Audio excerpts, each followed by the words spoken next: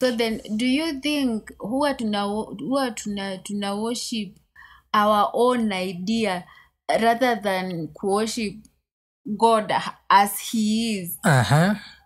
Sure. Like most of us human beings, it's more of our own idea rather than appreciating, because unaona,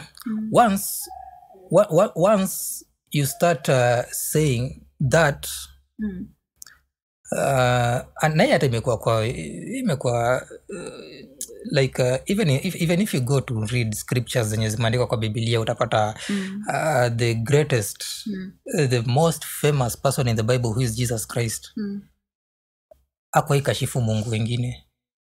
right. Yeye alikuwa anasema tu Mungu ni mmoja, my father, who is the father of you, the father of the next person, the father of the next person, and the father of everyone else in the world. Hiyo ndio ilikuwa God wake.